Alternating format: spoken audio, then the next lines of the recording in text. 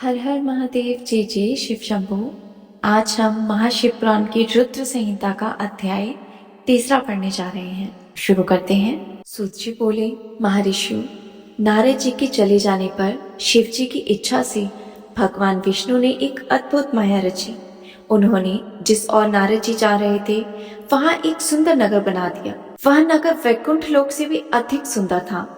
वहां बहुत से सुंदर विहार स्थल थे। उस नगर के राजा का नाम शीलनिधि था। उस राजा की एक बहुत ही सुंदर कन्या थी। उन्होंने अपनी पुत्री के लिए स्वयंवर का आयोजन किया था। उनकी कन्या का वर्ण करने के लिए उत्सुक बहुत से राजकुमार पधारे हुए थे। वहां बहुत ही हलचल थी। इस नगर की शोभा देखते ही नारद जी का मन मोहित हो गया। जब राजा शीलनिधि ने नारद जी को आते देखा तो उन्होंने सादर प्रणाम करके स्वर्ण सिंहासन पर बिठाकर उनकी पूजा की। फिर अपनी देव सुंदरी कन्या को बुलाया, जिसने महर्षि के चरणों में प्रणाम किया। नारद जी से उनका परिचय कराते हुए शीलनिधि ने निवेदन किया, महर्षि, यह मेरी पुत्री शिमती है। इसके स्वयंवर का आयोजन किया गया है। इस कन्या के गुण दोषों को बताने की कृपा कीजिए।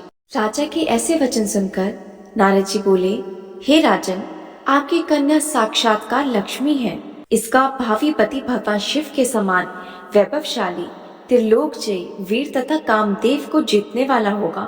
ऐसा कहकर नारद मुनि वहां से चल दिए। भगवान शिव की माया के कारण वे काम के विषयभूत हो सोचने लगे कि राजकुमारी को कैसे प्राप्त करूं।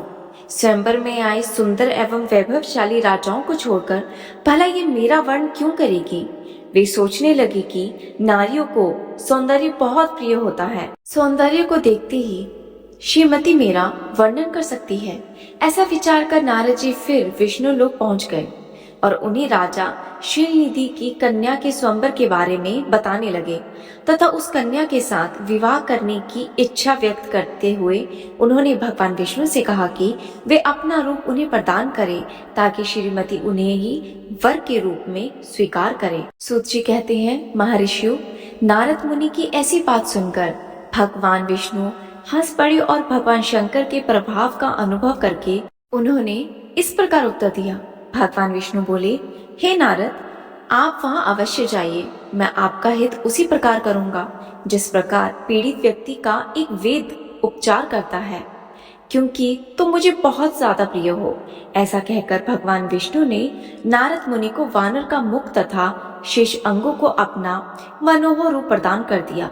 तब नारद जी अत्यंत प्रसन्न होते हुए अपने आप को परम सुंदर समझकर शीघ्र ही स्वयंवर में आ पहुंचे और उस राज्यसभा में जाकर बैठ गए। उस सभा में रुद्रगण ब्राह्मण के रूप में बैठे हुए थे। नारद जी का वानर रूप केवल कन्या और रुद्रगणों को ही दिखाई दे रहा था। बाकी सभी नारद जी का वास्तविक स्वरूप ही देख पा रहे थे। नारद जी मन ही मन में प्रसन्न होते हुए श्रीमती की प्रतीक्षा कर रहे थे। हे ऋषियों, वह कन्या हाथ में जयमाला लिए अपनी सखियों के साथ स्वयंवर में आई। उसके हाथ में सोने की एक सुंदर माला थी। वह शुभ लक्षणा राजकुमारी लक्ष्मी के समान अपूर्व शोभा पा रही थी। नारद मुनि का भगवान विष्णु जैसा शरीर और वानर जैसा मुख देखकर कुपित हो गई और उनकी ओर से दृष्टि हटाकर मनोवांछित वर की तलाश में आगे की ओर चल गई। सभा में अपने मनपसंद वर को ना पाकर वह उदास हो गई। उसने किसी के भी गले में वरमाला नहीं डाली। तभी भगवान विष्णु राजा की वेशभूषा धारण किए हुए वहां पहुंचे। विष्णु जी को देखते ही उस परम सुंदरी ने उनके गले में वरमाला डाल दी। विष्णु जी राजकुमारी को साथ लेकर तुरंत अपने लोक चले गए। यह देखकर नारद जी विचलित हो गए। तब ब्राह्मणों के रूप में उपस्थित रुद्रगणों ने नारद जी से कहा, हे नारद जी, आप व्यर्थ में ही काम से मोहित हो सौंदर्य के बल से राजकुमारी को पाना चाहते थे। पहले जरा अपना वानर के समान मुख तो देख लीजिए। सूत जी बोले, यह वचन सुनकर नारद जी को बड़ा आश्चर्य हुआ। उन्होंने दर्पण में अपना मुख देखा। वानर के समान मुख देखकर वह अत्यंत क्रोधित हो उठे तथा दोनों रुद्रगणों को श्राप देते हुए बोले, तुमने एक ब्राह्मण का मजाक उड़ाया है, अतः तुम ब्राह्मण कुल में पैदा होकर भी राक्ष बन जाओ।